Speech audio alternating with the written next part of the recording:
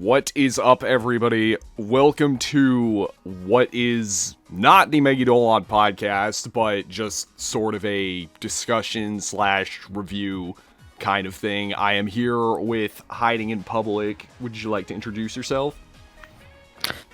Hello. I wormed my way on here. I made my way on here. I snuck onto his channel. Yeah, we actually met at the Persona dance party on Saturday night. Yeah, which was awesome. Oh, it yeah. was way better than I thought it was going to be. Yeah, we'll get more into that later. But, so yeah, if you don't mind, would you like to kind of just introduce your channel and what kind of stuff you do and where we can find you and stuff? Yeah, sure. I'm pretty varied with a lot of stuff I do. So, like Mr. Nyarlathotep said, my main channel is Hiding in Public. It's like an anime-oriented channel.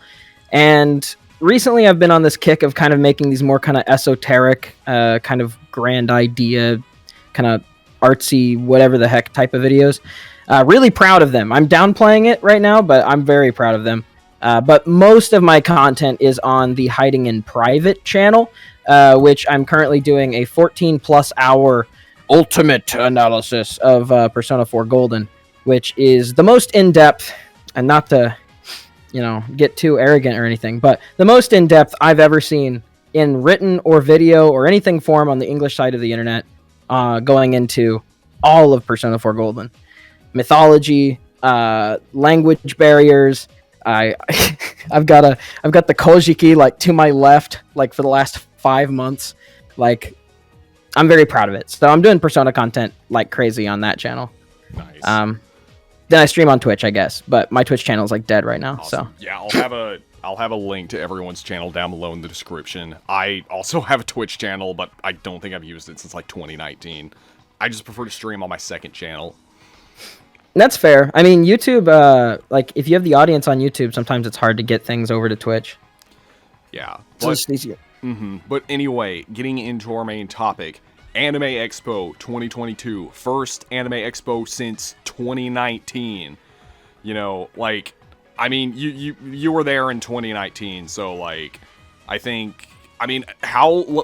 me ask you something. How bad did you miss Anime Expo? Like not just cons in general, but Anime Expo specifically during the last 3 years that we haven't had it? Extremely. Anime Expo I feel like was like, for me, like when I went there in 2019, it was like right whenever like college was kind of like teetering on this awkward sense.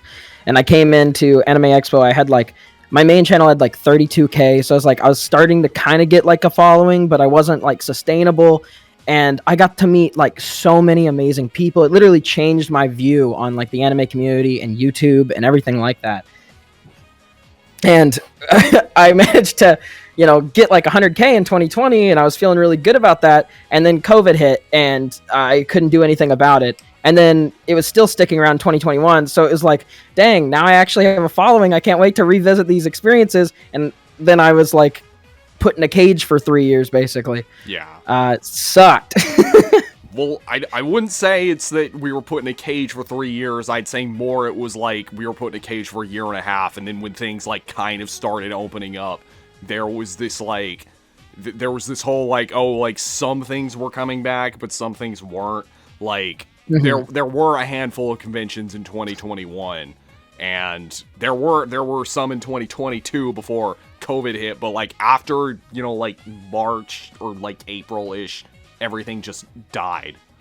In fact, one convention in my city, NakaCon, I was planning on going to that in 2020, and they canceled it like 12 hours before it was going to start. I am not making that up.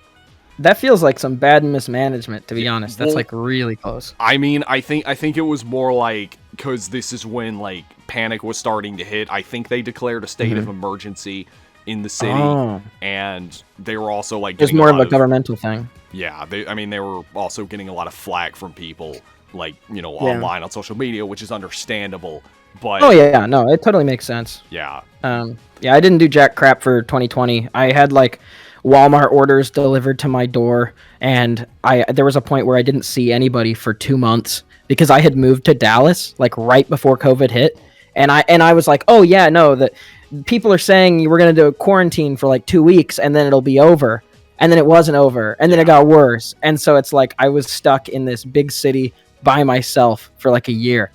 But it's understandable. I mean, like my dad got it and he lost his sense of like smell for like 9 months. Oh God. So, yeah, my sister got it last year. She still hasn't gotten her sense of smell back. yeah. So I mean, and obviously those are the lucky people. Things were significantly worse than that. I didn't have an issue getting it because I was 100% self-isolated at all times. But yeah. yeah. I don't know. The first con I got to go to was Otakon in 2021. That's the first one that I really popped in back on. But we still having masks and everything, which is fine. It's good. But the vibe of Otakon just wasn't. It just wasn't in the same place as Anime Expo. It was not like scratching that same itch. Mm-hmm. Yeah, I've always wanted to go to Otakon too. It's just usually I either have something else going on or it's in the way of another con that I'd rather go to.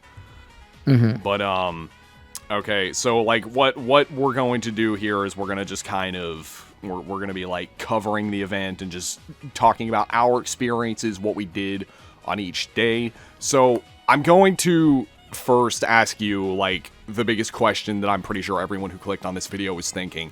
Because you didn't have like an industry or premiere pass, how bad was the line getting in? Well, I'm a little cheater. I'm a dirty little cheater. So my line was like 10 minutes long. There's actually there's 4, maybe 5 public entrances for people who have normal badges to enter, and there's one of them that's hidden in a parking garage, and I won't say where it is in exactly because I'm sorry. I'm sorry. It's just private info. But that line, especially on the first couple days, almost always only has like 30 or 40 people. So I skipped like most of the line and went to the secret entrance. Okay, well, this is an entrance I wasn't aware of because the entrance that I went in, that was the priority entrance, but that was also in the parking garage. So I'm guessing it was somewhere else. Yeah, no, there's a couple entrances next to the parking garage that are normal public ones. This was different from the priority entrance because there's also like an industry entrance that's kind of near the parking garage as well. It's a cluster. Actually, I don't know. It's kind of like whenever you enter, you're immediately at the artist alley. That's where the entrance I went in was. Oh, okay. Yeah, that wasn't the one I went in. I went in the priority line. But it just, like, it always seems like at every big event where there's a long line, there's always this, like, one that's in this obscure place that takes, like, a tenth as long to get in. Like, one time I went to a Kansas City Chiefs game, and, like, they were doing the whole scanning thing, and we just went to the line, like, on the far right, and it was a lot shorter. Yeah. No, it's always like that. You just gotta keep an eye out, or have, like, connections, or, like, anything like that. I guess, good on you having the priority pass. I would have felt bad if you were about to tell, like, a story about this long line you were in. I mean, but we didn't hook up till, like, the 3rd day or whatever, yeah, so. I mean, I still have plenty of things to say about the line in 2019. Yeah, I went in the same scumbag secret entrance in 2019, too, yeah, so. So, okay, well, like, so basically what they did, like, I'll just give you the short version. Basically what they did in 2019 was, like, people were lining up, like, outside the convention center, and there weren't really any staff members directing people to the right place, so I just saw the line, and I'm just like, okay, I'm gonna assume this is the regular entrance. And I was sitting in that line for, like, 2 hours, and then I found out that I was in a line that was leading to nowhere. So then they, like, shoved everybody against the wall in, like, that, like, underpass area. And we were there for like another 2 hours, and there were some people like fainting in front of me. It was a disaster. And that is horrible. And that was also the same year there was supposedly a really bad earthquake, which I say supposedly because I didn't actually feel it, but I just remember I was sitting in line, and then I got a call from my dad. He was like, "John, are you okay?" I'm like, "Yes." And then he was like, "I heard there was an earthquake." I'm like, "Nobody told me." Oh my gosh. No. So there was 2 different tremors. You didn't feel it. I remember specifically where I was because it was crazy. The first one, we had just woken up and I was sleep deprived for like 2 days. I was sitting on a bench and suddenly like all of my like my feeling of sight and vision and everything just started being distorted, and I started like woozy and I thought I was just like my body was breaking down from all the alcohol and lack of sleep, but it was earthquake thing. The second one was at the premiere. After we had watched Promare and they were interviewing like the director and stuff, the earthquake happened, and these giant, like, I don't even know, like, they were so big, they're like maybe 6 feet wide, giant speakers started creaking on the metal beams and turning, and like, you know, there was of course some stupid people screaming and whatnot, but yeah, no. It wasn't a big deal though. People really over exaggerated like in 2019, but yeah. But I also do remember seeing a picture of that newscast that was like showing they thought it was people evacuating, but it was actually people trying to get in. Yeah. Well, it's the same kind of thing here with Anime News Network. They were like, the fire marshal has come in, and they aren't allowing any more people in Anime Expo. And I literally got in Anime Expo like 10 minutes later. The only issue was that people were like hubbling in the initial room rather than spreading out to other parts of the con. Like, it wasn't actually as full as people kind of hyped up on Twitter. But yeah, I mean, well, that's Twitter for you. But I just, yeah, like a friend actually sent me that he sent me a text message about it because I had like bought a bunch of stuff from the dealer's room, and I'm like, okay, maybe I should go drop this off. But then I saw that, and I'm like, oh, maybe I shouldn't then. Yeah. Well, no, it's so hard. It was crazy because I was having like the time of my life, and then I would go on Twitter, and there would just be all this drama and controversy about AX this year.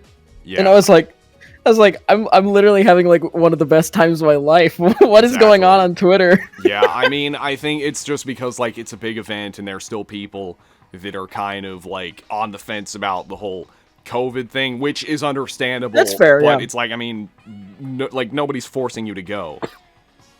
Yeah. And no, like, I mean, I think it's just like you take and make your own risk and everything.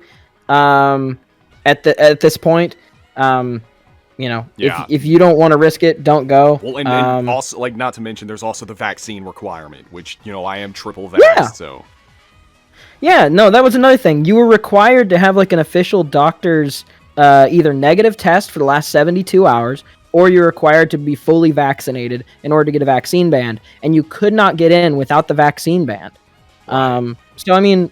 Yeah, there was a few issues. It could have been handled better, but they did try. Yeah, like, and they were also pretty strict about letting you in. Like, every time I went in, they were always like, I need to see your band. So then I would show yeah, that's true. No, definitely. But, like, so, since you kind of snuck your way in, did you talk to anybody that, like, had to sit in the long line outside? Oh, yeah. No. So I had a couple different, group chats that I was a part of, just like people that I knew and people who knew people I knew, kind of just organizing for little dinners and events and things. And there was this one girl who got in line to meet Trash Taste, and she was in line from like 6 a.m. And then at 9:30, she found out she was in the wrong line. Oh my god. And it was so funny because, like, so I'm not going to pretend like I know like Garnt or Joey, because I met them once in 2019. I haven't talked to them since. But, like, I'd like to think I'm casual enough with Connor. And Evan, who was Connor's main editor for, like, the last 3 years, is my housemate.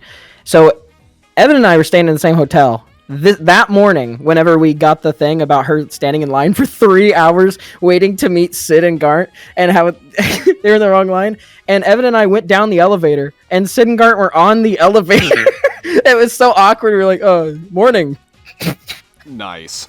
And I was like, this poor woman, she's been in the line for 4 hours, and I just like bumbled my way into an elevator. Nice.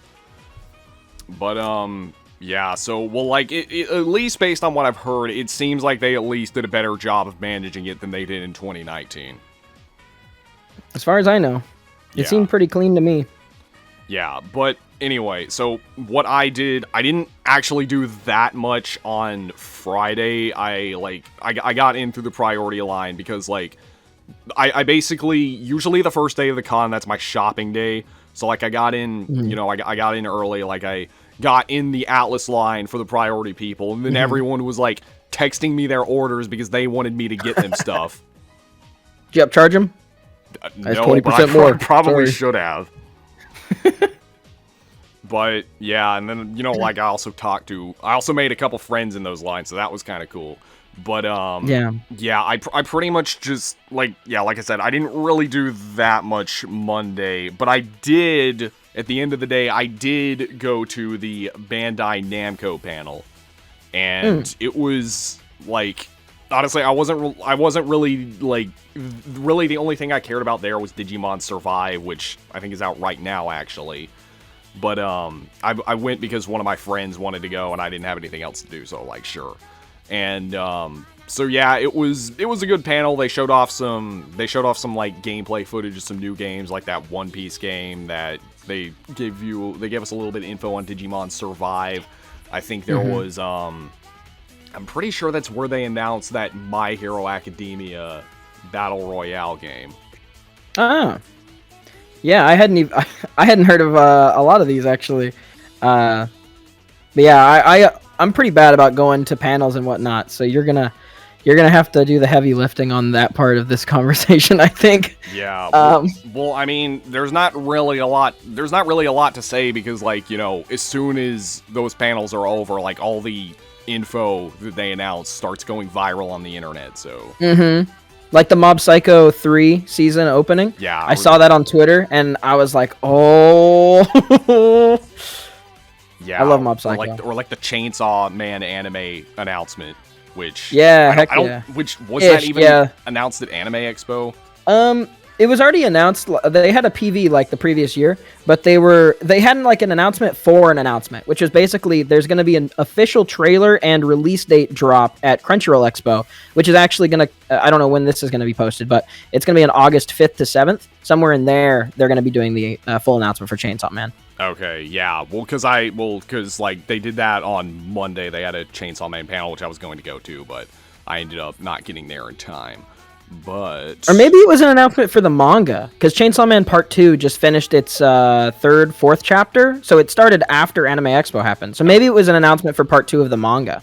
Okay, yeah, well, I mean, I know they also, like, I asked my friends that went what they thought of it. They said it was kind of meh. It was more of just, like, a Q&A and stuff. But, what about you? What did you end up doing on on Friday? Pretty much the same kind of story as what you were saying. Like, I got in, and immediately it was like, first priority was getting the main shopping I wanted done. So the first thing I did was I went to the artist alley since I was already right at the entrance, and I visited my friend Apple, which is like, I think it's 3 A's, 8, or maybe it's an A and 3 H's. I can't remember. She goes by Apple Kid, whatnot. She's a great artist who does like Yuta Camp related art. Yuta Camp, laid back camp. It's a cute kind of relaxing anime. I love it to death. But I went by to see her. I bought one of her shirts and a couple prints, and then immediately booked it out of the artist alley and went to Atlus's booth. And I didn't take anyone's orders because unfortunately, as many friends as I have, not very many of them are super into Persona. Not that they don't like it, they just haven't ever taken the time to really check it out.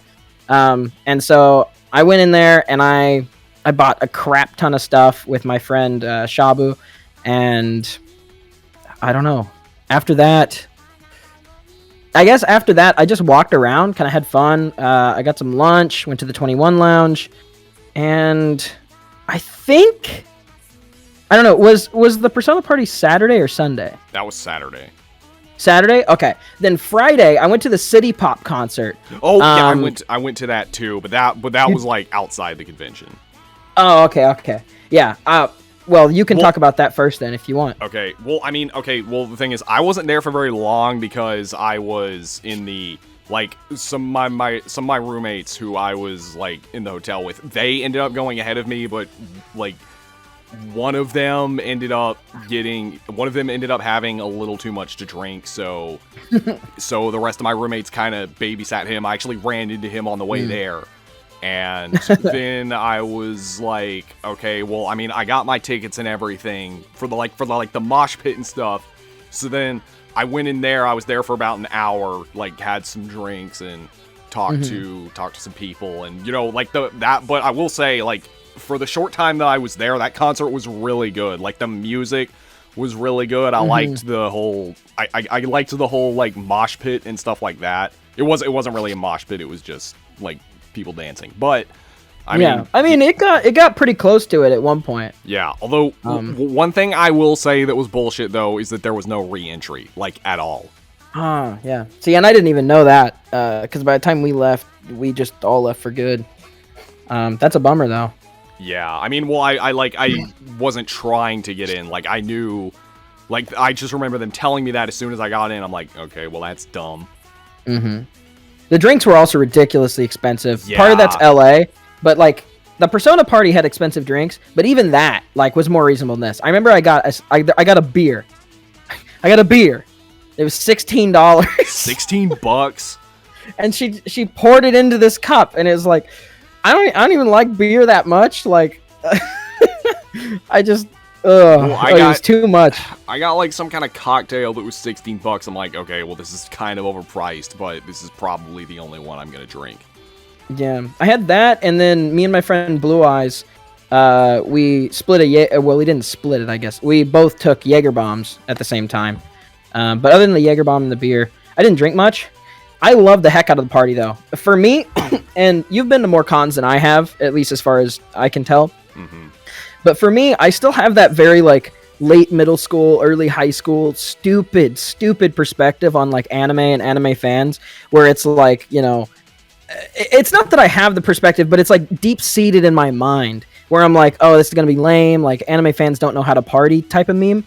And, like, I was in a frat in college and everything like that, and I never told anybody there that I liked anime or anything. So it was like going in there, and the fact that people were legitimately like jumping and pumping their fists and going like, yeah, yeah, and like having dance circles and like actually like vibing, it blew my mind. Like when I heard City Pop Party, I went because I like City Pop music, but I was fully expecting like classroom cafeteria with a smart board on the wall that has City Pop music playing on a YouTube like link. Like I was expecting some like garbage, to be honest, and that was like a legit party. The only downside for me, now you said that you were only able to be there for like an hour and taking care of your friends and stuff. Yeah. For me, one of my friends gave me an edible, and it was way stronger than either of us bargained for. So after I was there for like an hour and a half, we were like screwed for the rest of the night. Oh my god. But while I was still like cognizant, no, that party was awesome. Yeah, I mean, and also like I had never heard of City Pop because I mean I don't like do these things super often. I pretty much only do them when they're at cons. But like I absolutely loved the music, and I don't have it on me, but one of my friends took a video of me dancing, so I'll probably... Yo! Like, I will say, I was a little bit drunk for a while because I didn't actually have anything to eat that entire day since, like, breakfast. So... Yeah, that's fair. I don't know. I was doing fine. I was doing alright until that thing really kicked in, but... Yeah. No, it was awesome. I wish that I could go back and, like, re-experience that in full. But I don't know. Next year, maybe. Hopefully, cross my fingers. Yeah, hopefully. But so yeah, that's pretty much it for Friday. What kind of stuff did you do on Saturday? Saturday. I guess it was pretty chill. I guess we did like the same kind of thing. I went around to the artist alley, went around to the, whatever, 8 different types of food, chilled out in the 21 lounge, just hung out with friends and stuff. I bought some new stuff. Can't quite remember. But mostly... Oh, and I met some new people, like people that I'd known online for multiple years. I finally got to meet them for the first time, got some pictures. But beyond that, I think really the only thing I majorly did was the Persona party, but I won't get into that until we go through your day. Yeah, okay, so I got up, this isn't really something I did, but I got up around, I think it was 6 a.m., because, even though I went to bed late, when there's a con going on, especially one as big as this, my body is just you know what, I will make the most out of how little sleep you have so that you can enjoy it as much as you want. But... So I got there at 6 a.m. and to my surprise, they actually, because I had an industry pass, they actually let me skip the priority line. So I was there, like, I got inside the convention center at like 7, and that place was like empty. It was just, it just felt so weird. Like, I took some pictures, which I'll probably put on screen, but I mean, like... Yeah, I remember seeing... Yeah, go ahead. I remember seeing people reply to your Twitter posts like, "Oh, that looks dead," and you were like, "Oh, well, to be fair, they literally just opened. People haven't come in yet." Yeah, but and then like so then like there wasn't. Well, like I said, I got in early, but there wasn't really anything going on, so I just kind of, I think I got like a coffee from the vending machine, and then I just sat in line and just like. I guess I just, like, sent some friends pictures and be like, hey, this place is empty. Feels weird. And then I think I, like, watched some anime and stuff, but, Yeah, I got in probably around 8:15, 8:20, and it was starting to get a little bit of buzz in there, but I knew that because the line, so the line for people who had the Masquerade Pass, which I had, that was shorter. I don't know, there's maybe 100... maybe a little over 150 people for that.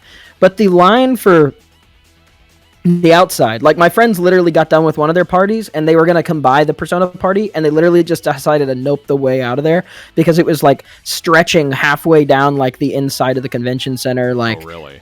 It was freaking unbelievably long. It was constantly. So they just gave up. They saw the line and they gave up.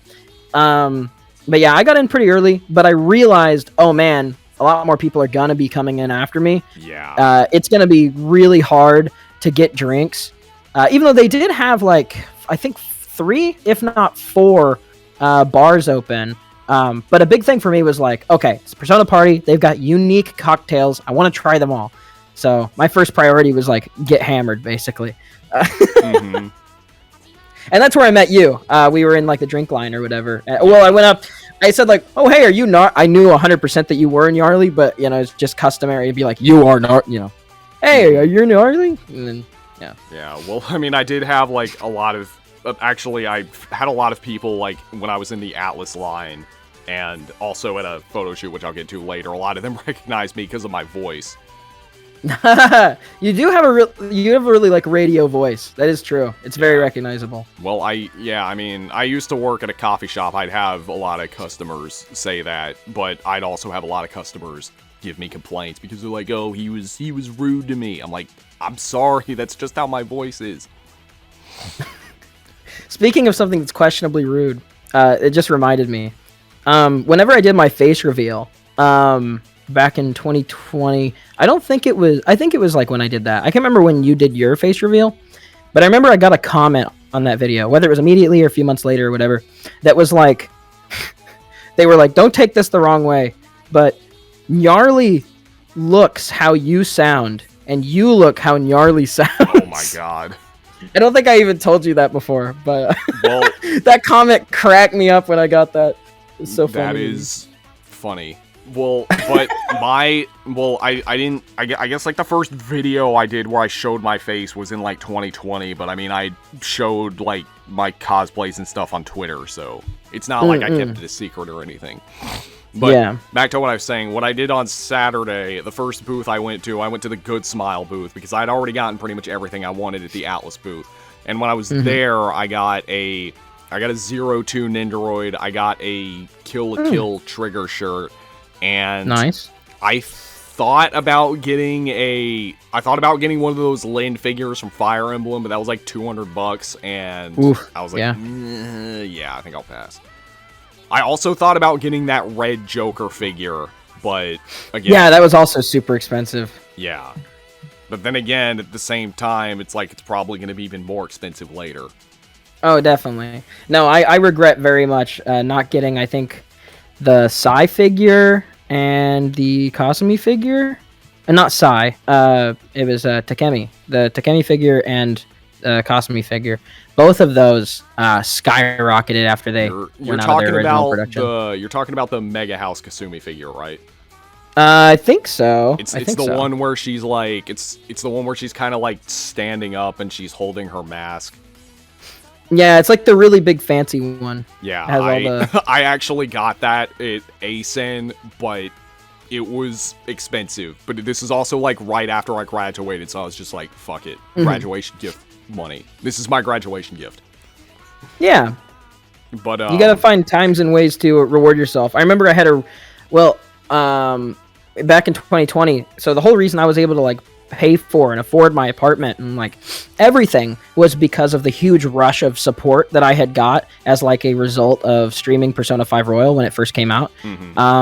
And all that support and everything like that kind of made me feel like I'm not good at buying things for myself, but I was like, Atlus indirectly has given so much to me as a company, because me doing things with Atlus products has allowed me to like flourish. And so I felt like kind of like I wanted to get a memento, basically, a memento mori, one might say, of something. So I got this giant Aigis statue, the one where she's got her fingertips off with like the bullets and the smoke and stuff. Oh, nice. It's based on a really cool piece by Shigenori Sojima. The whole figure is based on that specific piece of artwork. I guess I can't describe it too much more. It's technically an FES answer thing, but you wouldn't be able to tell. The only difference is she has like ammo packs like on her shoulders. Yeah, well, most people haven't played the answer. Yeah, it doesn't matter. She's in the original one, so I don't know. It's a beautiful figure, but I definitely understand what you mean by like, you know, it's my graduation. I'm gonna get something nice for myself. That's definitely how I was feeling there. Yeah. So, but anyway, after that, I walked around the dealer's room a little more. I think I got like a couple of Persona and Atlus themed shirts, like not from the Atlus booth, but I think it was like Udon or something. They had some really cool shirts, so I got some of those.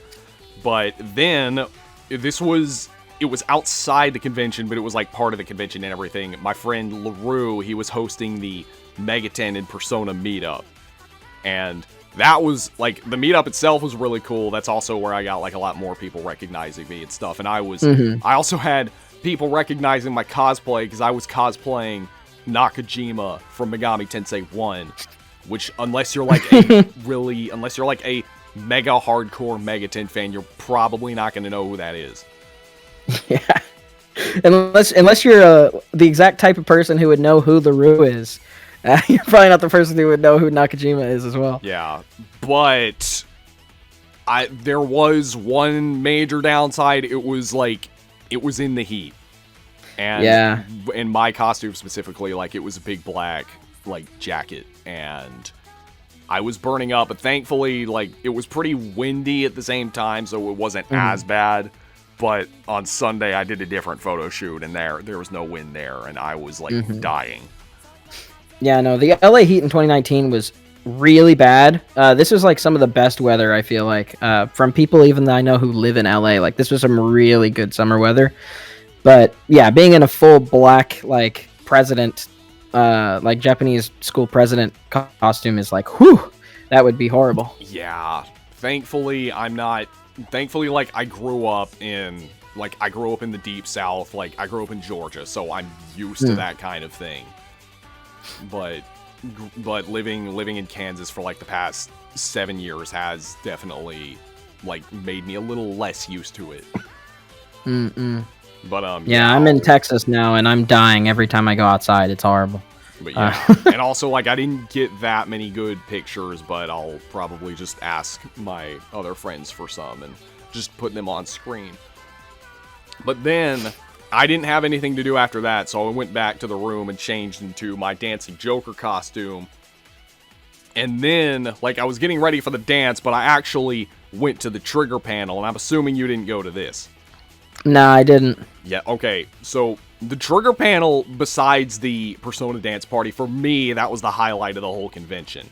Because they got, I mean, I didn't really take a lot of pictures because they told us no photo or videos, but they announced, it was where they announced Panty and Stocking Season 2. Oh yeah, that was a huge thing. But then they also announced this crossover with, it's like Gridman, and I forgot what the other one was.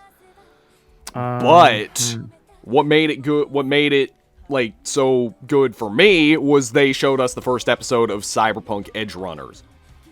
Oh yeah, that looks super Yeah, sick. that was so good. Like, it opened up with this really like badass action scene, and then I was like, okay, this is gonna be a simulation. And then, you know, turns out it was. And then they kind of like they showed us this like kid. He's, you know, he's like poor. He's living with his mom. He's going to a fancy school. His mom's providing for him. He gets bullied. I don't want to go into spoilers, but you know, they did a really good job of establishing the characters and the lore, and there was also some really good action scenes. I mean, it's Trigger, so that's what you'd expect. Yeah. And they also, I'm actually kind of surprised they showed it to us in English, like it was the English dub. Dang. I was expecting them to show it in Japanese, but I mean, it is based on a Western property, so... Yeah, I don't know how I missed it, but I didn't even know that they showed like the whole first episode of that. That is pretty crazy. That's pretty awesome. Yeah, I mean... Yeah, what were you going to say? I guess Trigger just brings their A game, because like in 2019, they also had like one of the biggest showings because they did the world premiere of Promare, or at least the Western premiere, and like the director and all those people were there for that. And then this year they announced Panty and Stocking there, and they showed the first episode of their upcoming anime. Like, Trigger really knows how to like bring the hype at like AX. Yeah, and I think it's what more studios like should do. They should actually like announce more stuff at these panels. No, definitely. But anyway, like after they showed the first episode, they kind of brought some of the developers from CD Projekt Red and the writing staff for the show, and they just kind of talked about their experiences. One thing I actually found kind of funny was that the director said that he hasn't played Cyberpunk since it came out. So he said he hasn't played the finished product for Cyberpunk 2077. I was just so tempted to get out of my seat and just scream. I don't think anyone has. I finally did. I had to have a really bad surgery earlier this year, and they gave me opioids to deal with like the pain. So I was like really high for like 2 weeks playing Cyberpunk, and I got through the whole game. Did you encounter any game-breaking bugs? So I tried to play it the day it came out on stream, and that was a nightmare. It was like absolutely horrible. I tried to refund it, but I played it for over 4 hours. I guess, yeah, barely over the limit. They didn't take it back, so I was like freaking. So I'd always like been very spiteful towards Cyberpunk. But no, I think it's gotten to a point, at least with my system. And to be fair, my system's not top of the line, but pretty top of the line. But it ran pretty good now, the 1.5 patch and everything. I don't know. When I played it before any of the patches, it was embarrassing. It was like a borderline like immoral that they would, not even borderline. It was immoral that they released the game in that state. But it's pretty playable nowadays. Yeah, like I think the reason was because like, you know, it was supposed to come out in April and they just kept delaying it over and over again. And people kept memeing and roasting them online for doing it. So I think it was like the devs wanted to delay it, but then the publisher was like, no, we got to get this game out and we can't delay it again because they're going to make fun of us. Which, I mean, and stocks. They got to appease the shareholders and all that sort of stuff too. But, I mean, that's getting off topic. After that, I stayed for the Bleach panel where they announced the final season of Bleach. Now, I haven't seen... I remember watching Bleach in middle school, but I have not seen it since, so it did make me want to go back and rewatch it. And there was also this Bleach game on the Wii that I played called Bleach Shattered Blade. That game was a lot of fun. Let's go. But one thing I thought that was really cool about the Bleach panel was that they brought in Ichigo's voice actor, and they also they didn't bring him in, but they had this video presentation with Ichigo's English voice actor and his Japanese voice actor, and they were kind of like reading lines to each other, and I thought that was really cool. Man, you picked all the good panels to check out. Like, these all sound awesome. Yeah, and I just heard about them like secondhand. Like, oh, did you hear Panty and Stocking got announced? What? That's awesome. You know, like that's how it was for me. Well, yeah, that's another anime I haven't really thought about in a long time because I watched it when it was new, and I was like, okay, and then I just kind of forgot about it. But now I want to go back and rewatch it again too. But. So, that was the last thing I did before the Persona Masquerade. Now, am I correct in assuming that you bought tickets in advance for it? Yeah. Okay. No, I got a ticket online, like, the second that Atlus put out a thing for it. As soon as, I had my Twitter set to notify me whenever Atlus tweeted, because I knew that those things were going to sell out in 15 minutes, which they did. And then, like, I didn't know that. I was like, there's probably going to be some left over, but I don't want to take a chance. Like, I was completely wrong. There were so freaking many people trying to get in there. Yeah, although I did see their post on Instagram, and most of the comments on Instagram was like, "Ah, damn, I'm not old enough to go." R.I.P. Well, we still had a bunch of people who were old enough to go, and I was happy with that too. So it was really refreshing to be in a place where I knew for a fact everybody was 21 up, liked Persona, and was there to party. So like there to socialize. It was like a triple like section of like awesome. So it's literally like I was like, all right, I'm drinking all my drinks. I'm coming up to random groups of people, complimenting the cosplays, having conversations, talking, just dancing like I have literally never danced in my life. Dancing like Mark in Persona 1. What is it? Mark danced crazy. Mark danced crazy. Yeah. Yeah, no, I was, oh man, it was amazing. I got to meet so many awesome people. There was a couple people I got to see, like on Twitter and stuff after the fact. Like there was a really awesome Baofu cosplayer. I'm not sure if you saw them. Yeah, I got a picture of him. Yeah, but they were super cool. There was this really cursed like Teddy costume, like the actual bear outfit. I saw that too. And there was also this really good like dancing all night kind of design version of a Teddy cosplayer. And if you're listening to this podcast, I am okay for marriage. If you want to reach out, if you want to, my DMs are open on Twitter. So if you happen to be that person, no, I think it's Teddy crazy. I think Teddy's more interested in the Yukiko and Chie cosplayers. Probably.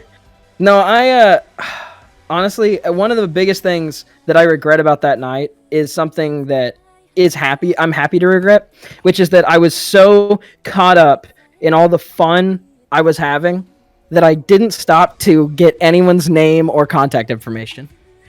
And I regret not getting the contact information, but not doing so because I was just so focused on having fun and enjoying the moment is something like it's very much like a blessed problem to have. Yeah. Well, I mean, you got mine, but you had it before. Yeah. I'd reached out to you before. But it was good seeing you. It was good like getting to take a picture, stand in line stuff. Mm-hmm. It was a bummer because none of my friends got like early tickets. And then, the line was crazy long, so they weren't able to go in. I thought that at least one of my friends were going to get in there with me, because I was with my friends for most of the time. So it was good, even though we'd never talked. We'd have a few DMs and whatnot. I don't know. It was good having somebody to bounce off of, at least when I first got there. Mm-hmm. Yeah, well, I did get some pictures, but I actually spent most of my time on the dance floor. Because, I mean, I had one of every drink there. I wasn't crazy drunk, but I was drunk enough to, I got in the front row, I was dancing, that was a lot of fun. Yeah, I was front and center for so much of it. My legs, I could barely walk once I got back to my room. Yeah, my legs were killing me. It was awesome. I literally was dancing all night. And I've never danced that much in my entire life. Like, I've been to countless parties and, like, concerts and stuff like that throughout my life. And I've really never been in a place where I felt so, like, hyped and comfortable with it. It was such a relaxing space to be in. It was so cool. Yeah, I guess you could say we were dancing all night. Yeah, definitely.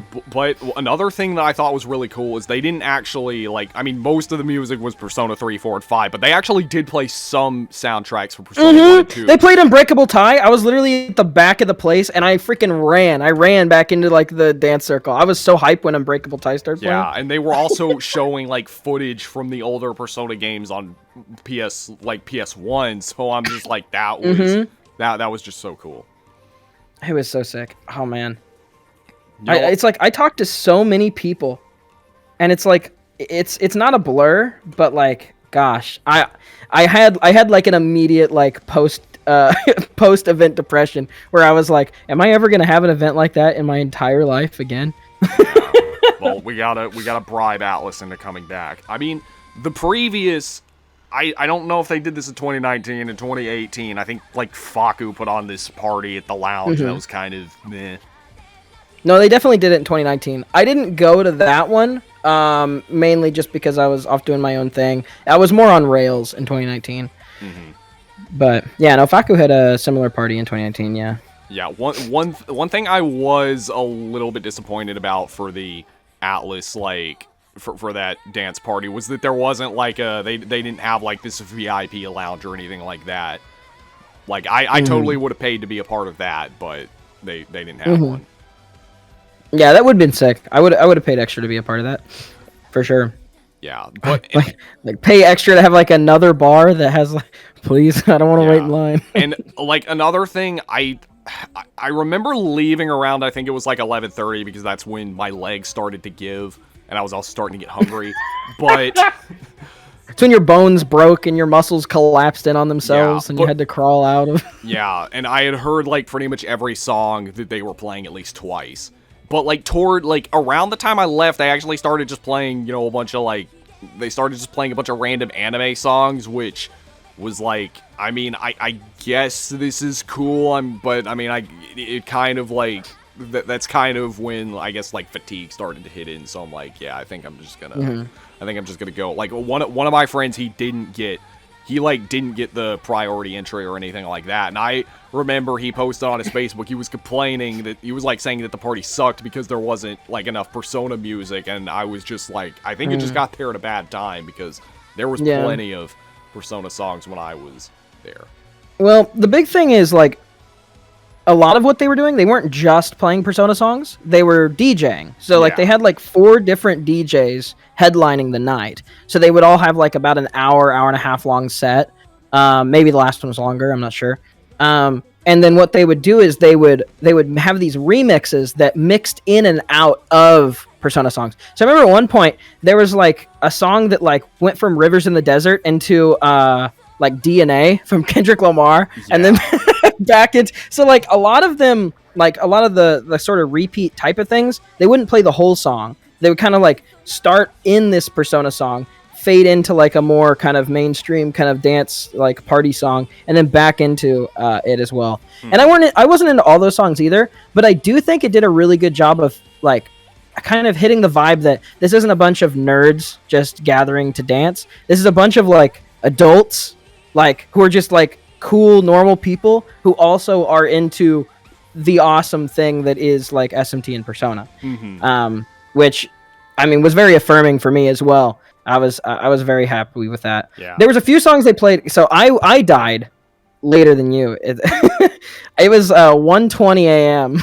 when I decided to leave, and I was heading towards the exit, probably borderline limping, and then for the first time that I had heard it the whole night, they played like the Persona 4 dancing version of Dance. Yo, you gotta dance to dance. Exactly. Were you just? So that was kind of my last hurrah. Were you just doing like a zombie dance or something? I mean, I was kind of like, you know what? If my body's dead tomorrow, that's fine. Like you could die happy. Yeah, give it my all here. It's okay if it hurts. Drink some more. But yeah, no, it was awesome. I loved the heck out of that party. I really wish that I had a means to contact and kind of be friends with so many people I met there. Yeah. I mean, maybe there's a chance you'll see them next year, assuming that maybe they recognize. If I can recognize them at that point. I mean, I was just wearing like the Persona 25th windbreaker and like some joggers and stuff, which sounds like a horrible idea initially, but it was actually pretty good because it was like no matter how sweaty I got from dancing for like 2 hours, I was still dry to everyone around me. Yeah. Well, I mean, you also had the drinks to help cool you down. Yeah. yeah. Cool me down. Alcohol. That's what happened. Well, I mean, actually, that's actually kind of another reason I left kind of early, was because like I was sweating and I'm like, I probably smell like I've just been playing Melee for the last like 8 hours. Yeah, I took a nap before the Persona party because I wanted to make sure I didn't get like tired during it. And then I woke up from the nap, and then I took a shower, and then I like put on like extra deodorant, and I like put on my cologne and like me too. I made sure that I was like bulletproof. I was ready to go for the night. Yeah, well, I mean, this is kind of unrelated, but I mean, when people complain about, like, you know, people not showering and sweating at anime conventions, I think it's less to do with people not showering and more just the fact that everyone is crammed together and there's all that body heat. Well, also, I feel like that used to be, like, something that was very true. Like, a lot of people would just be very unaware of, like, BO and stuff like that, and that kind of came with kind of what the culture was and stuff, like in the early 2000s and stuff. And I remember some of that in 2019 too, really bothering me. But I actually think 2022, like, for the most part, I very rarely just casually was like, oh, that person smells awful. Like, it was very rare. Most people, and there were a lot of people, most people smelled perfectly pleasant. And by that, I mean, you couldn't smell them. But yeah, I mean, if you're jumping on the dance floor for like 4 hours, I mean, what do you expect? Kind of. Exactly. Well, it's good exercise at least. Yeah, I definitely need it. Oh. Yeah. My main goal is I gotta get back. Because I want to be cosplaying too. So I'm planning on getting in good shape, continuing to go to the gym, and then next year maybe I can do some cosplays too. Yeah. Oh, and by the way, did you actually see any of the protesters outside? Oh, the like hate preacher people? Yeah, I just took a picture of... I just remember taking a picture of one because I was cosplaying Nakajima at the time. Oh, yeah. Megami Tensei, you know, like, I don't think I need to explain it to you. Megami Tensei, so...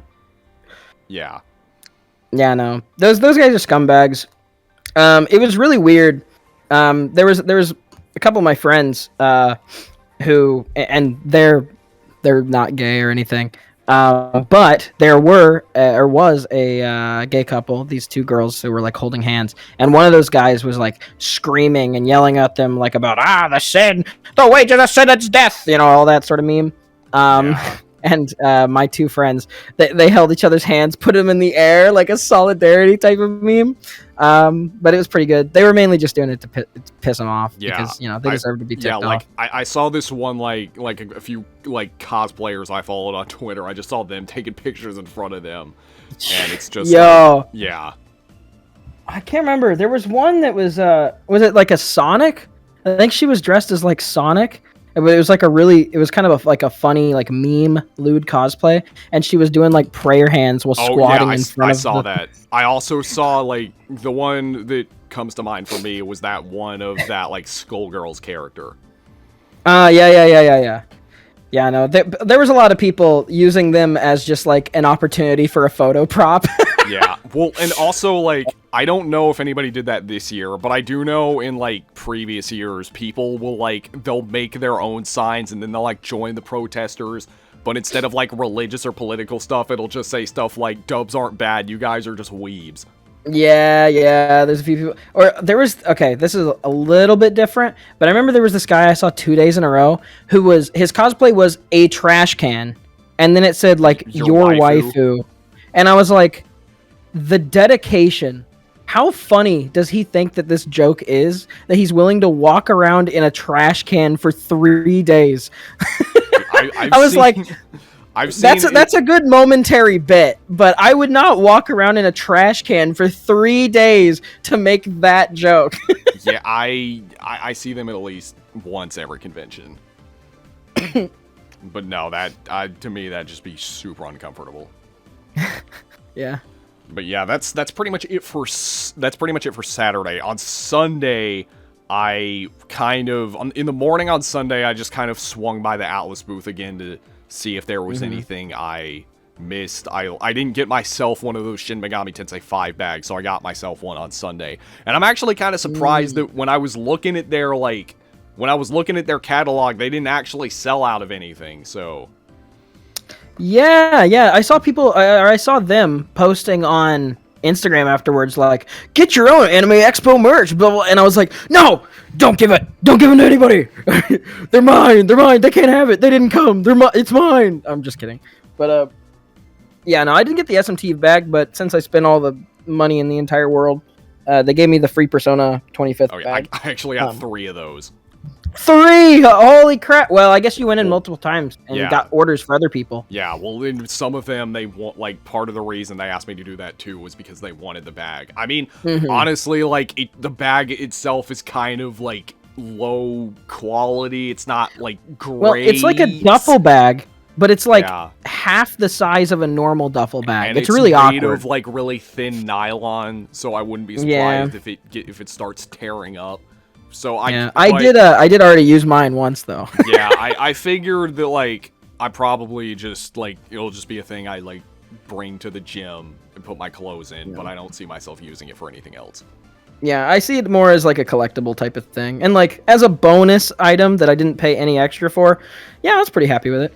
Yeah, but yeah, so and then I also like swung by some other like booths on Sunday. I think I finally like went to the 18 and up area because the line wasn't like crazy long, but I didn't really see anything that I wanted, that I was interested in. Although I did swing by this this other booth. They were selling some like, it wasn't an 18 and up booth, but they were selling some very clearly 18 and up stuff. I did buy some stuff from them though. Nice. That like, it's not the kind of thing I would wear in public. That's like the kind of thing I would wear like on a date with my girlfriend or something like that. Yeah, that's fair. That's fair. I did get something. I also went to the 18 plus thing on well, did I go on Sunday or Monday? I can't even remember. I actually did get something though, mainly because at Otakon, this is the only thing that Otakon did better than Anime Expo. Otakon had a giant like doujinshi thing that was organized by kink, and you could buy like the individual things, and they were like cheap. I didn't buy any of them, but because I was still scared. I remember how exciting that was to be like, oh my gosh, look at this one, haha, you know, that's sort of stupid, immature garbage. But everything was so like vanilla in the the 18 plus section. It was all like, you know, big booby, you know, mommy cares for you type of, you know, type stuff, which I'm not hating on. Like I'm just saying it's boring. I'm just saying it's kind of boring. So just for the novelty, I bought like the only kinky thing that they had there. Nice. Which was like a big tankobon, but it was only like $15. Yeah, so that was fun, except for I have no use for it, and I don't know what to do with it. So I think I haven't done it yet. It's just sitting in my office where I am right now, but I'll probably just like throw it in my closet or something. Well, actually, speaking of 18 up, so one of the biggest guests that they had hyped up was Shindo L, who was the the artist behind I think it's Metamorphosis, yeah, Emergence. So when one of my friends found out I was going, she sent me her copy to get signed by him. And so on Sunday, like I knew he was doing autographs on Sunday, so like I was kind of busy on Saturday, so I'm just like, okay, I guess I'll just get in line on Sunday then. I got there at like 6 a.m. because I knew there was going to be a line. And when I got there, the line was already going down, like all the way down the street. And I was just like, yeah, this isn't going to work. Maybe if it's like, and there was no priority line either, so it's just like, I don't know, maybe if I run into him in the elevator or something, I'll see if I can steal an autograph, but yeah, I don't think this is gonna work. Like I said, it was my friend that it's not the sort of doujin that you get off to. Okay, it's the sort of doujin that you cry to. Okay, well, like I like my doujins the same way I like my ice cream, vanilla. All right. Yeah, once again, no hate, you know, mommy's sweet boy, no hate, or anything, you know, along those lines or anything. Yeah. You know, sometimes I just want to, you know, see a guy get hit in the face, you know, it's just how it goes, you know. Yeah, but I did open it up and I looked at one of the pages, I'm like, okay, I probably should. Yeah, no, it's screwed up. It's really hardcore. But it's like hardcore in like a way that's not even like sexy. It's like, it's very, it just makes you feel bad. It's just depression porn more than anything. Unfortunately, I couldn't get an autograph, but I do think it was cool that they were able to get, like, you know, a doujin artist. Well, he is pretty prolific, just for, like, sort of, I guess, the subversion of, like, typical doujinshi. Yeah. Rather than it being I don't know, like it striving to be more of a narrative piece than a porn piece, while also still being porn technically, at least in aesthetics. So it's very like it kind of transcend a lot of the sort of typical expectations of that form, and so that caused them to be pretty prolific. And then also because of that, people don't feel as ashamed in the West to say that they like it or whatever, because they can say that they like it as normal media and whatnot. And to be fair, most people who say that are probably being honest, because it's pretty, it's yeah, it's well, pretty yucky. yeah, but I did see like a lot of the Trash Days guys like talking about it on Twitter. Does he speak English? Like, probably not, but Shendel? yeah. He probably speaks some like basic English. Okay. I mean, they learn English in Japanese schools and whatnot, and it's not like perfect, but Yeah. I'd say that Well, I mean, here they teach us Spanish. That doesn't mean I know any Spanish. well, but I mean, they teach it a lot more seriously. Like, not that they would know like fluent, but like, you know, if you went up to them with like directions or like, you know, where is this, or you know, something like that, even though there would be a language barrier to be a little difficult, I think they would be able to pick up on a few words. The main thing is just pronouncing things. I'd say that in terms of English learning, they're pretty darn advanced for a country that isn't a primary English link. I'm running out of breath. Primarily English-speaking country. Mm-hmm. But anyway, getting back on Sorry, topic. big tangent. So, Huge tangent. Sorry. Yeah. yeah, I didn't do much on Sunday in the morning, but I did finally get a chance to eat at one of the food trucks. I ate at the Soul Hackers 2 food truck, and I got a little pin with it. And Yeah. it was overpriced as hell, but it was actually pretty good. Yeah, I got some yakisoba there as well on the final day. Yeah. And I also had one of the, like a Miku, I think it was called the Miku Mega Mix Mocktail. Whoa. Pretty good. Yeah.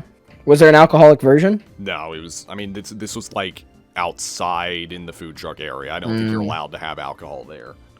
Yeah, no, fair. They have it in like the beer garden, but that's like it. Oh yeah, actually, that's something I forgot to mention. On Saturday, this is actually Sunday. So, I had dinner at the beer garden. I had this weird, like, it was like from that corn dog place, and it was like this cheese-filled, like, there was no meat in it. It was this cheese-filled corn dog thing, and that made me so fucking sick. Oh. That gave me a massive stomach ache. I thought you were about to talk about how like amazing it was and how like it blew your mind. No. You're like, and it made me sick and I was throwing up for 3 hours. Yeah, like I didn't throw up, but I did have the other thing. Damn. And yeah, that R.I.P. Yeah, I was actually planning to go to the cosplay masquerade, but I couldn't because as soon as I sat down, that's when my stomach started hurting. I'm like, you've got to be fucking kidding me.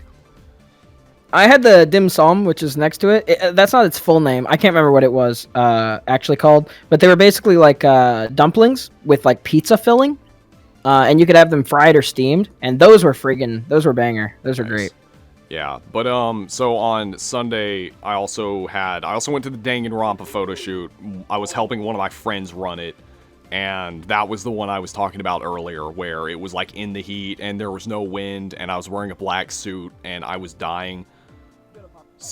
So as soon as I got in all the pictures, I just took off my jacket and started unbuttoning my shirt. I'm like, yeah. Yeah, that's fair.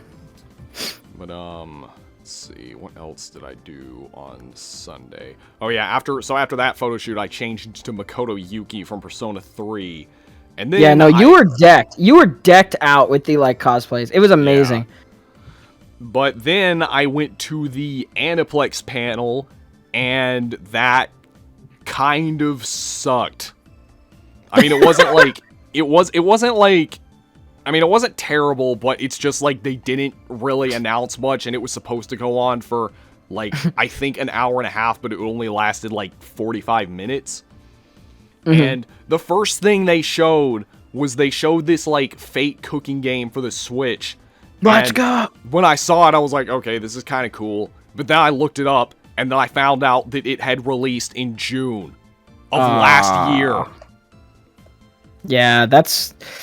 That feels like whenever the Nintendo Switch has like a mini direct and they're like Marvel Avengers 15 and it's like a isometric like action game with like the Hulk or whatever. You know, it's like that game's been out for 2 years. Stop advertising it every single time that you have a direct. Yeah, I mean, and then they just kind of showed some, like, they kind of, like, talked about their services a little, and then they showed some, like, anime that, I mean, we pretty much all, like, already knew about. Then they're like, oh, you can watch this here, and then it ended early. I'm just kind of like, meh. Dang. I don't want to say I regretted going, but because... I mean, the other panels, it seemed like you struck pretty good on. Yeah. Makes sense that one of them would maybe be a bit more of a dud. Yeah, like, I also wanted to go to the Axis panel, but that was on a different day, and that actually got in the way of a different panel, so I wasn't able to go to that. Yeah, well, you like Kill la Kill, right? You were talking about the figure you got earlier? Yeah, it's another one of those anime I haven't watched in years, but, you know, I do remember it being very good. You know, the character designer, which I didn't know until recently, but you know the character designer actually has his own like clothing brand. Oh, really? Yeah, it's called Solid Line, but they had a booth in the dealer's hall, and I didn't find it until 45 minutes before they closed on the final day, and it was all from the character designer of like Kill la Kill and stuff. And it was so cool. Like there was it was like it's a Japanese company. Like the staff behind it were all, you know, like clearly had traveled abroad for it and everything.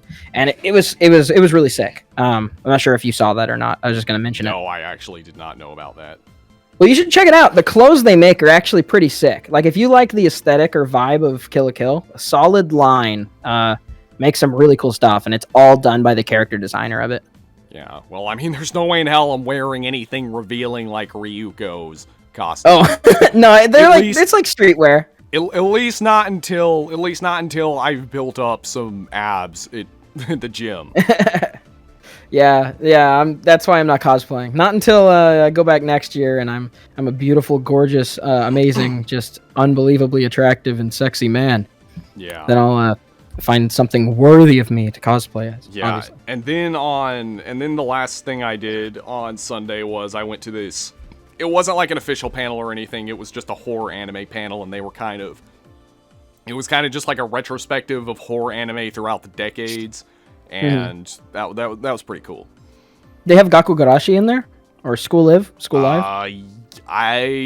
What decade did that come out? It's like. I think 2010s, but I think it's like 2012, 2013 maybe. Yeah, I that sounds familiar, so I'm pretty sure they mentioned it. It's like a zombie show with cute girls in a school. Okay, yeah, I think I know what you're talking about. Okay, sorry for being like weirdly specific. So it's basically Zombieland Saga before, 2019 or whenever that came out. Well, these girls are human, but it's really, I don't know. I'm not gonna go on a huge tangent about it, but it's really cool. Basically, this girl is in denial about the apocalypse happening, and so she's basically like shut herself off to her like delusions, where she thinks that everyone's still alive whenever they're not, and so she's like pretending that the apocalypse doesn't happen. So like her other friends have to help her because she's like having like mental breakdowns whenever she has to realize what's going on. It's really cool. It's a really cool manga series, little 12-episode anime as well. I like it. Yeah. It's also cute. Despite being as disturbing as it is, it's a really cute show. And also Sunday was kind of a thing I went like in and out throughout the day, but it was the day I spent most of my time in the entertainment hall. Like, did you spend a lot of time in the entertainment hall this year? I spent a bit of time in there. Mainly I went to the round 1 area and I played Groove Coaster. Oh, nice.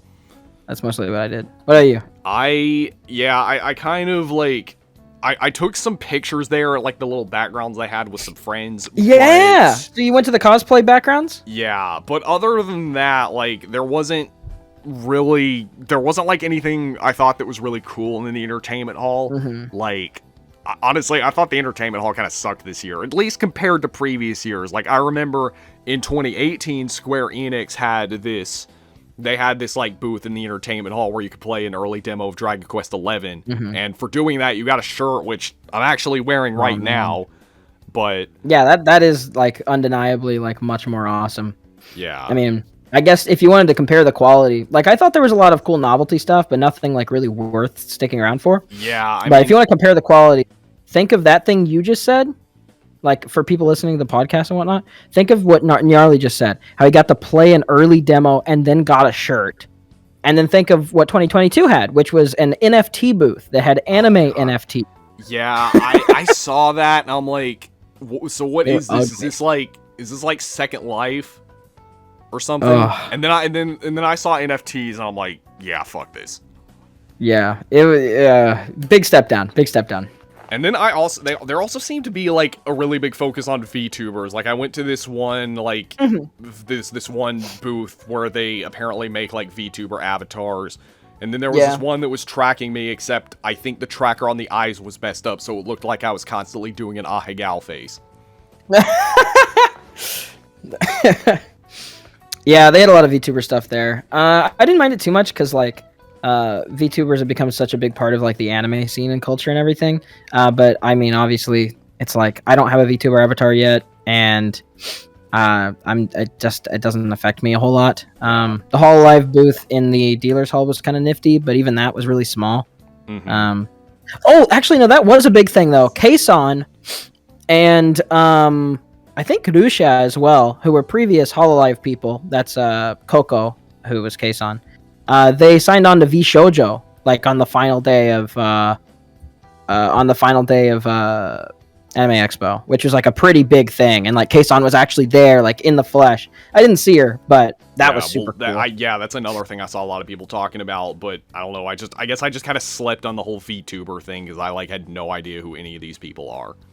Yeah, but Coco was huge. I mean, I don't really watch that many streamers. Like, I know that sounds kind of hypocritical coming from a YouTuber who also streams, but I mean, I don't either. If I'm too busy making content to watch content, to be honest. Exactly. But anyway, yeah, that's pretty much it for Sunday. I mean, did you do anything interesting on Sunday? Not really anything at the con. Like, I mean, most of the days, like, I went out for dinner or something, went to K-Town, went to Little Tokyo. Pardon me. But other than that, I mean, yeah, no, I basically just chilled, hung out with friends, went to parties, and bought cool stuff. Nice. Oh, I did get... This was an embarrassing moment. So I didn't know what Senran Kagoda was. I had heard of it. I thought it was, like, prolific or something. And I saw it for, like, discounted price, and it was, like, limited run for the Switch. So I was like, oh, this is kind of a rare item. It's pretty cheap. I'm going to see what this Senran Kagoda thing is. I didn't even think to look it up because they told me like the dealer's hall was closing in 30 minutes. And so I was like, okay, let me hurry up and get no regrets. And I get back to my place and it's literally a game where you massage girls' hands and then it takes you into a role play scenario where they're like in a maid outfit or like in a whatever thing. And then you like use massage things to like massage their like thighs or their waist and you can like grab their chest. And I was like, oh God, no. Do you remember what like the full title of the game was? Yeah, it was Senran Kagoda. Well, I have it, so let me grab it real quick. It's well, yeah, I think it's Reflections. Senran Kagoda Reflections. Well, yeah, like, I guess they have fighting games and like a pinball game and stuff too. They got fighting games. They have this one that's like some I think it's a cooking game. It's called Bon Appetit. And then they have these others that are Dynasty Warriors clones. And then there's Peach Beach Splash, which is basically Quake but in third person and with anime girls with big titties and water guns.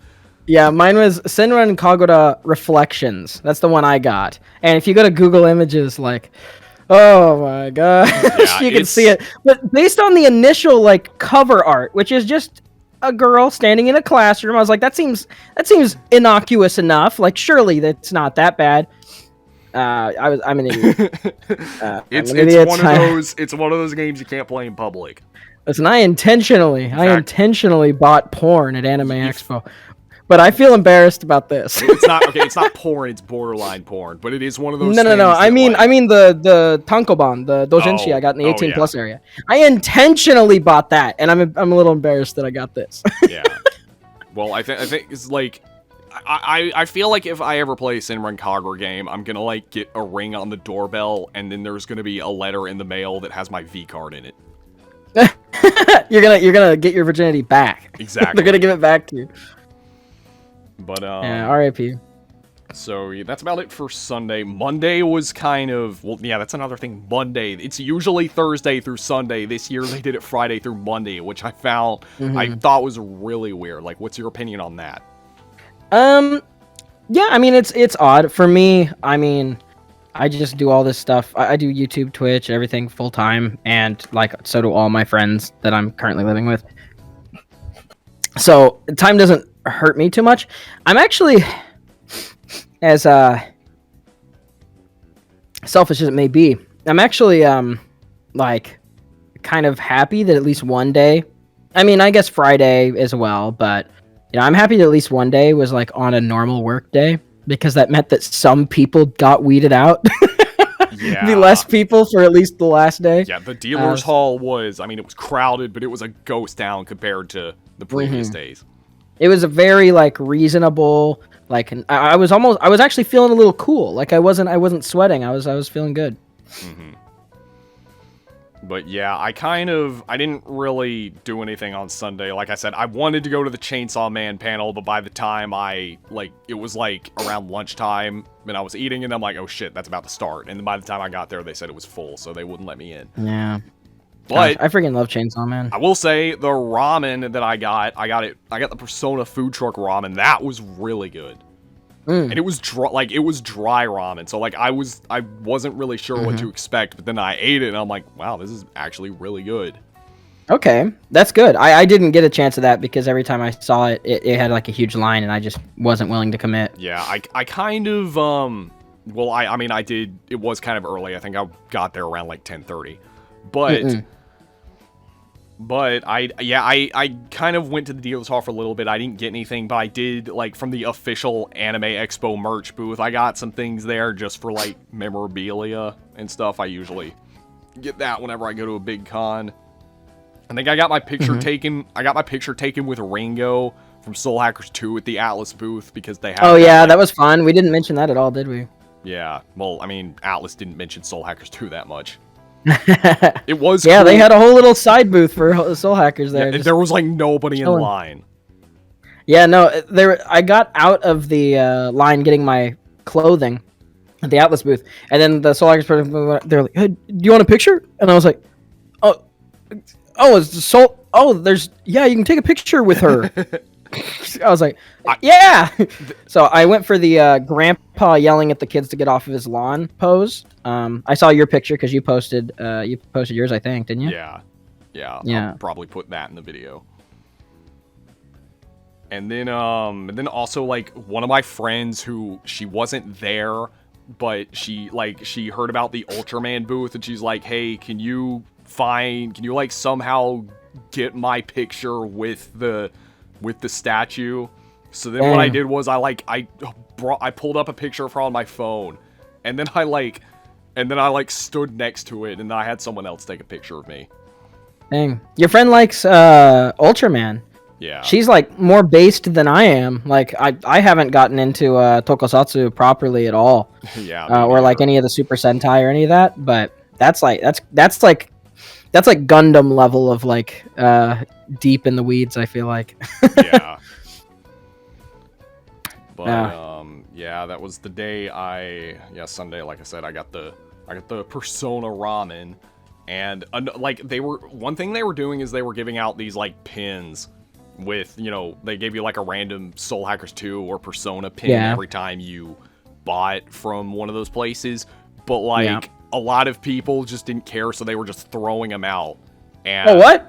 If I had more time, I would have just stood there and been like, "Hey, you want your pin?" Yeah, I got a Ringo pen. It's like black and then has Ringo on it from the one I got. I got a pin of Fig and Saizo and Arrow, I think. One of them I actually just found on the ground. R.I.P. Well, I mean, lucky then. Lucky. Where is? I don't know where my other thing is, but at the Soul Hackers picture thing, they were also giving out like keychains, and I somehow got given 2, and I didn't realize it until like after it had happened. Oh yeah, I got. So I got 2 of those as well. Yeah, and or it was a pen, not a keychain. Sorry. Yeah, and that's pretty much it. I actually ended up leaving a little early on Monday because that was the same day my flight took off, and I didn't want to risk missing that because I knew the traffic was going to be insane. Yeah, I left a little early too because I was figuring the traffic was going to be crazy, and it was. It was. But we went to like Little Tokyo or whatnot afterwards. We actually were there for a whole nother day after AX. Oh no, it was a whole other day, or maybe 2 whole days. I think it was like I was there the day before AX started on Thursday, and then I was there the day after AX ended, and then I flew back the day after that, I think. Nice. So I was there for a whole week. Yeah. It was great. I actually at the airport, like, I had my bag and it was like open, and I had Morgana sticking out the top, and one of the airport security guys recognized him. Nice. That was kind of cool. But yeah, I didn't really do much on Monday. Just kind of ate and I guess just like bought a few things and said goodbye to everyone. Mm-hmm. But what about you? I'm guessing you didn't do much on Monday either. I mean, yeah, it was kind of like a recoup day. We went around. We went to a few like more restaurants and things that we wanted to check out. Just kind of chilled. We checked out like Little Tokyo. Nice. And I remember we just ate like a lot. We had like lots of meals. And I don't know, slept, relaxed my legs, just chilled, I guess. Once I got back, I think I slept like that entire week because I think in the entirety of my like trip at AX, I think I got maybe like 12 hours of sleep. Yeah, I managed to get a lot of sleep actually. I made that mistake in 2019, having like no sleep, and then I crashed at the end. But I managed to kind of I avoided all hangovers. I had a slight hangover one morning, but I took one of those magic, I have them right here, hydration multipliers, liquid IV. Nice. So you pour that into a drink, and it fixes you up real good. So, like, yeah, I avoided hangovers. I've mostly avoided any headaches or anything. It really was, I think it really was, like, one of the best weeks of my entire life. Yeah. And I feel no shame or embarrassment saying that. I say that with my full chest. It was a great week. It was an awesome week. Yeah, like, honestly, I think it was... I mean, I've only been to, like, 2 other anime expos, but honestly, this one's probably my favorite. Like, I think, it was better. I went in 2018, 2019. I'd say this is better than both. Nice. Yeah, I mean, the Persona thing almost by itself, like...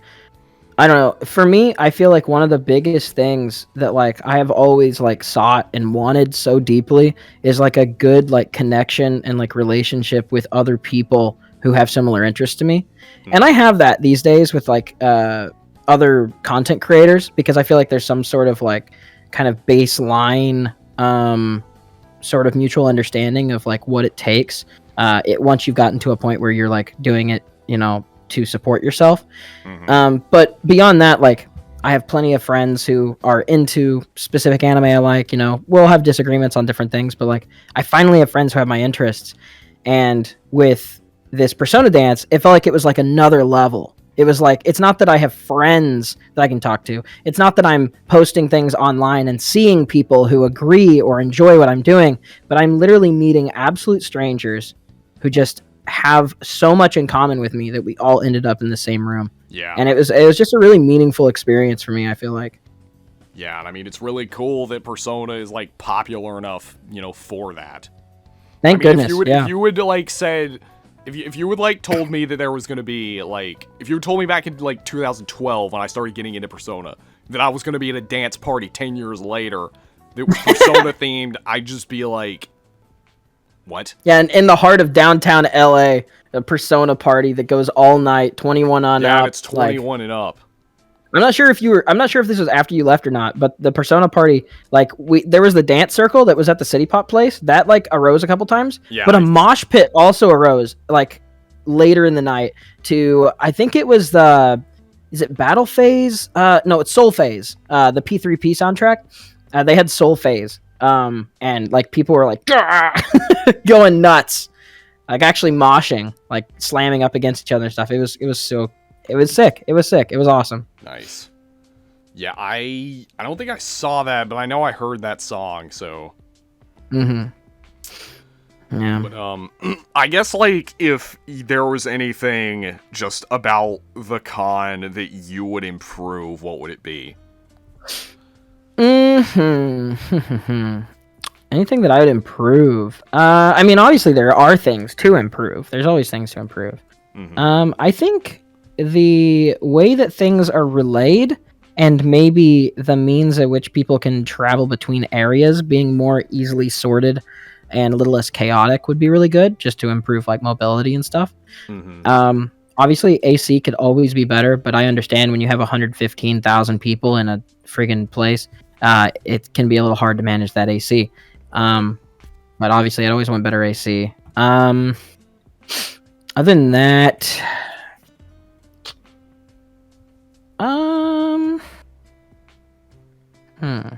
I mean, a lot of it would come down to improvements, not of really the con, but of people and companies who are there at the con. Yeah, you know? Like that's, like that applies too.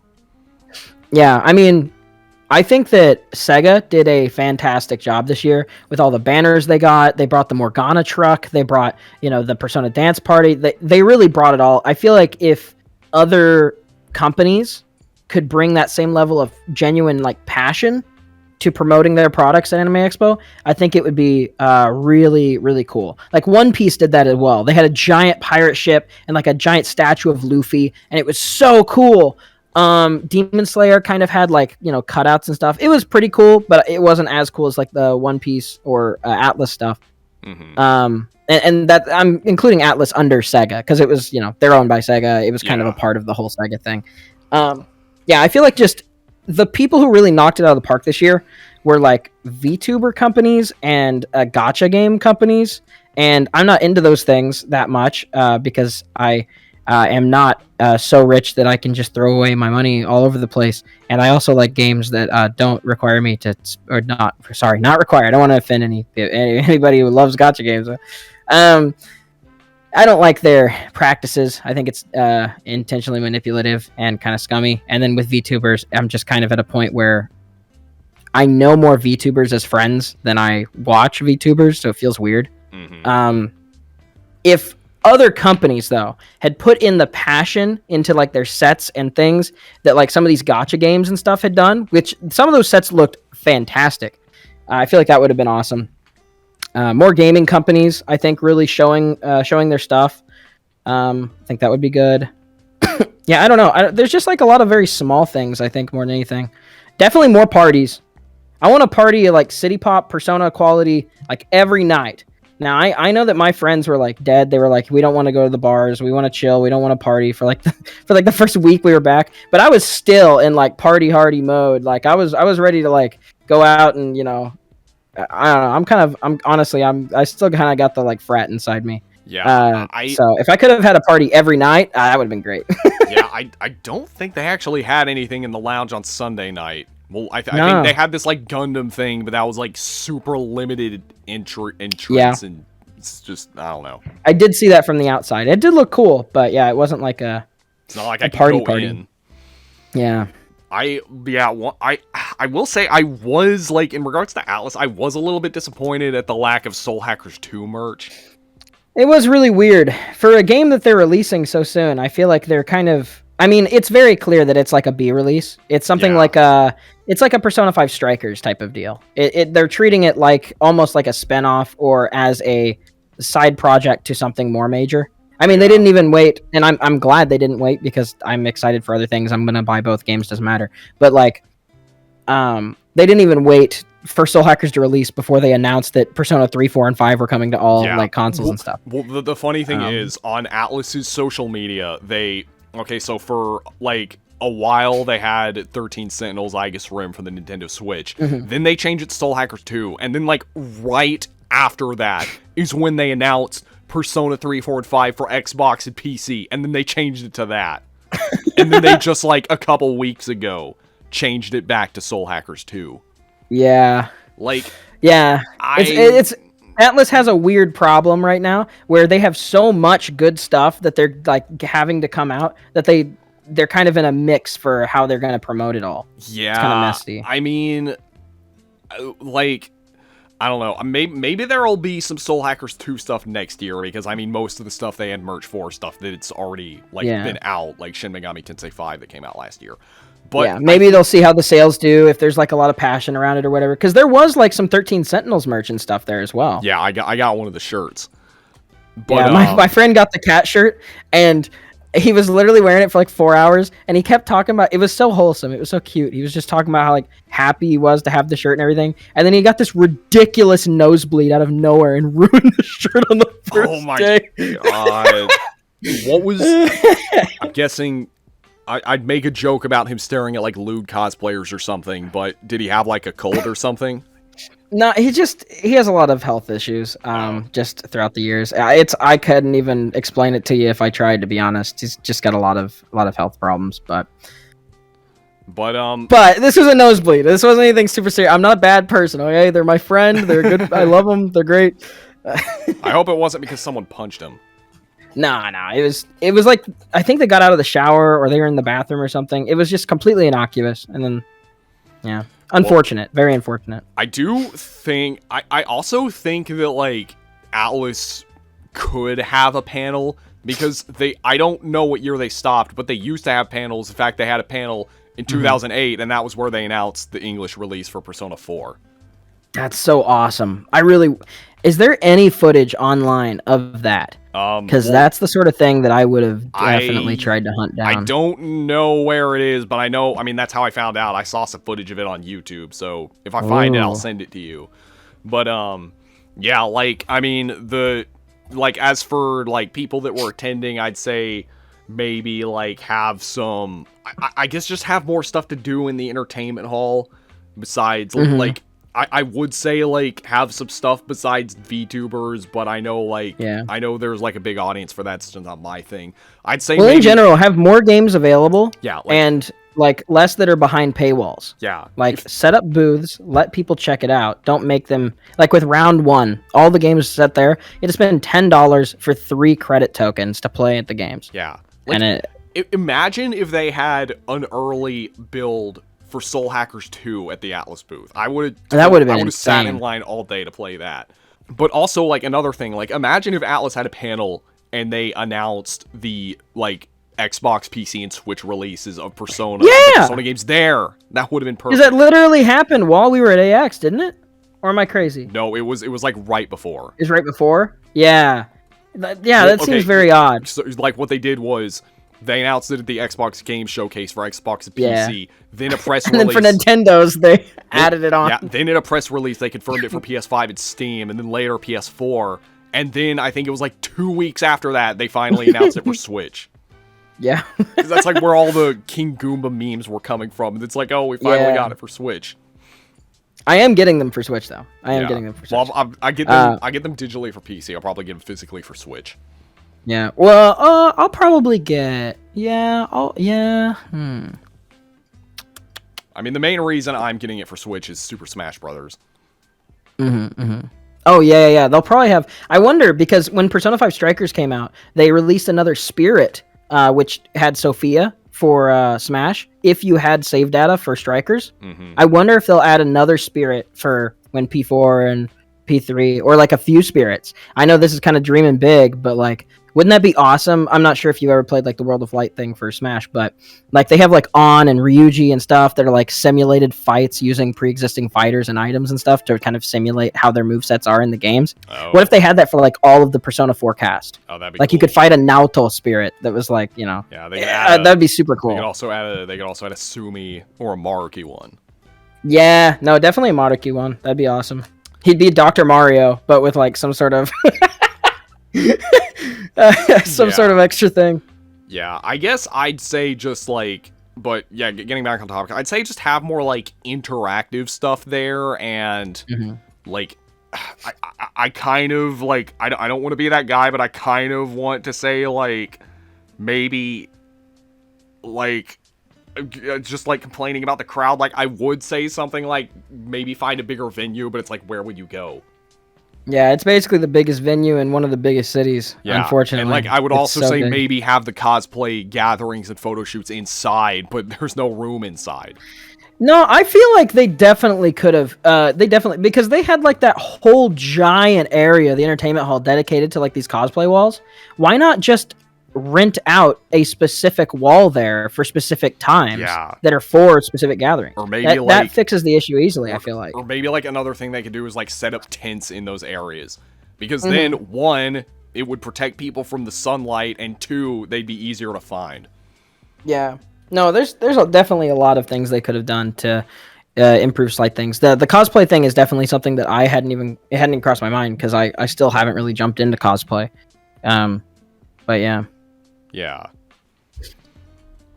But let's see. That's about all I have to say. Like overall, it was really fun. I'm glad they had it. I'm really glad I went. And yeah. That's about it. I'm also glad I got to meet you.